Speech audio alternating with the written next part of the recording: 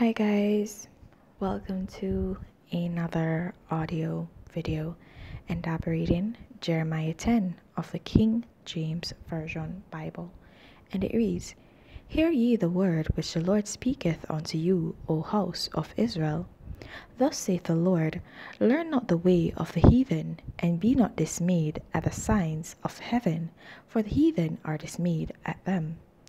For the customs of the people are vain. For one cutteth a tree out of the forest, the work of the hands of the workman with the axe. They deck it with silver and with gold. They fasten it with nails and with ammos, that it move not. They are upright as the palm tree, but speak not. They must needs be borne, because they cannot go. Be not afraid of them, for they cannot do evil, neither also is it in them to do good. Forasmuch as there is none like unto thee, O Lord, thou art great, and thy name is great in might. Who would not fear thee, O King of nations?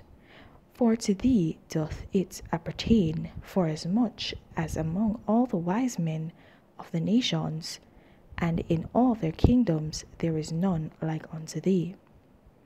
But they are altogether brutish and foolish. The stock is the doctrine of vanities.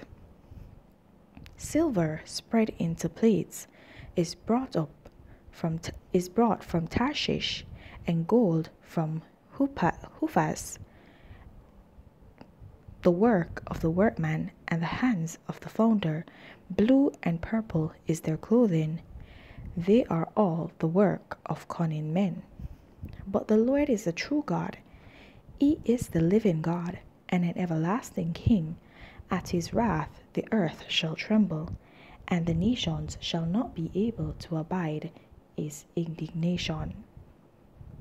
Thus shall ye say unto them, The gods that have not made the heavens and the earth, even they shall perish from the earth, and from under these heavens.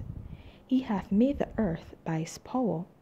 He hath established the world by his wisdom, and hath stretched out the heavens by his discretion.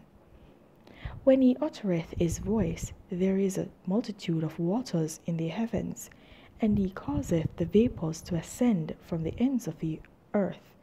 He maketh lightnings with rain, and bringeth forth the wind out of his treasures.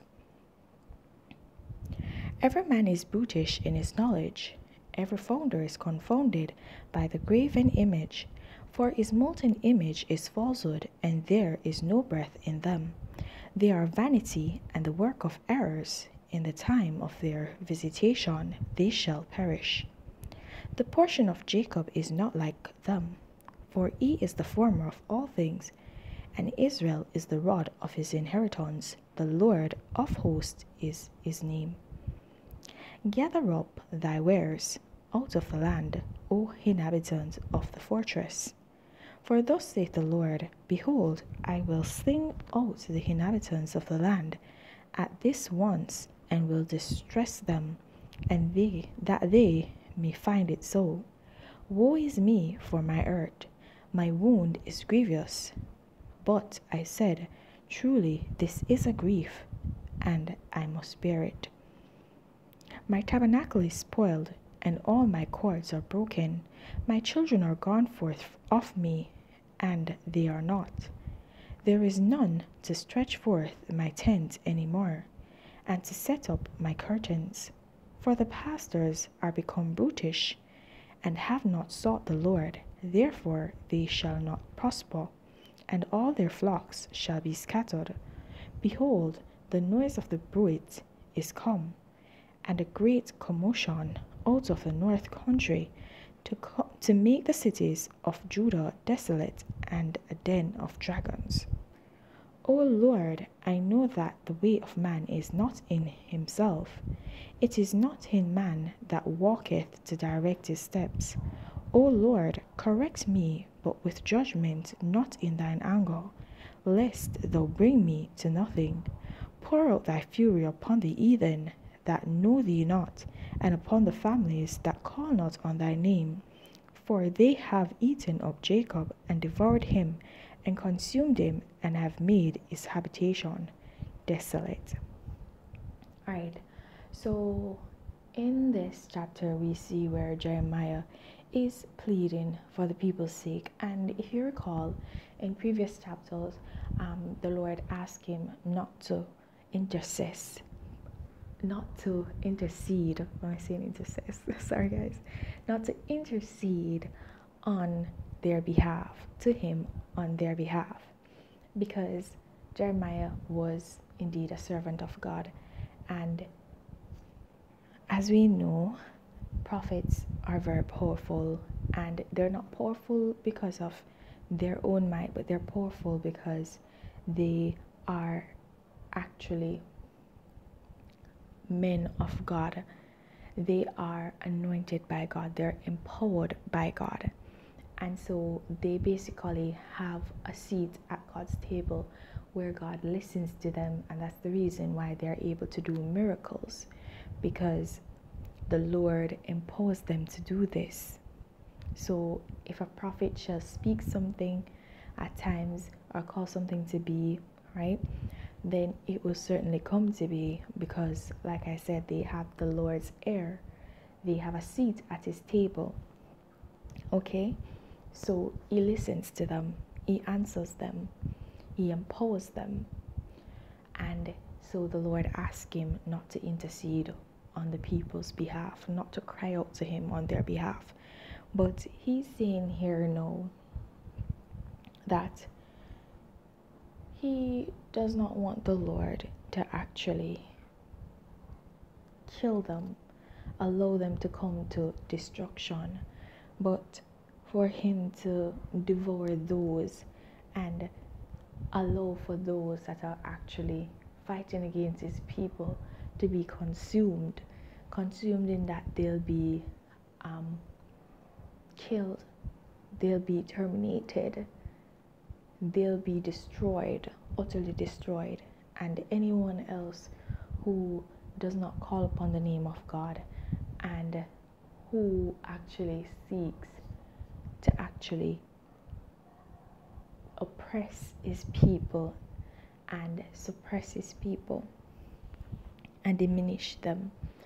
So we see that he's asking for that. But the Lord has already made up his mind. And we see also that he speaks to the might of God. So he went about telling them of the power of God and urging them yet again not to follow after false gods and why they shouldn't. Right? And then he asked God not to actually kill them, not to allow them to come to desolation, but to actually just give them judgment. Not punishment, but judgment. There's a difference, because the Lord is angry because of all the abominable things that they've been doing. Okay? And so with this, I want to ask you, are you someone who is actually trying to live for the Lord? Are you truly trying to live for the Lord?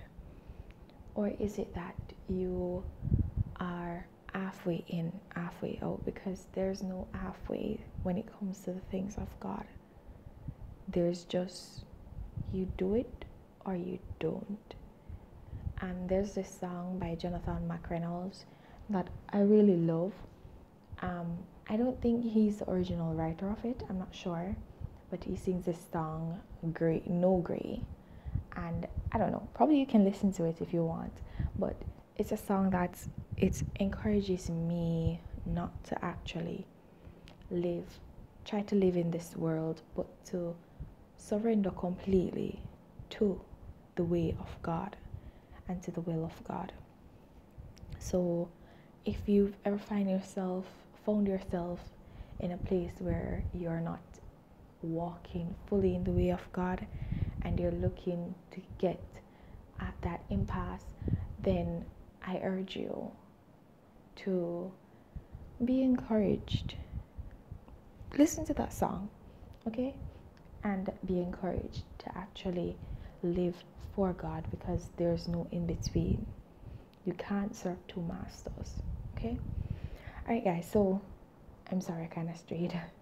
I kind of strayed from the scripture. My apologies. But guys, please remember to continue to walk in your salvation. And if you've not yet gained it, then seek it. There's no better time to begin than the present. Have yourselves a blessed day. Bye.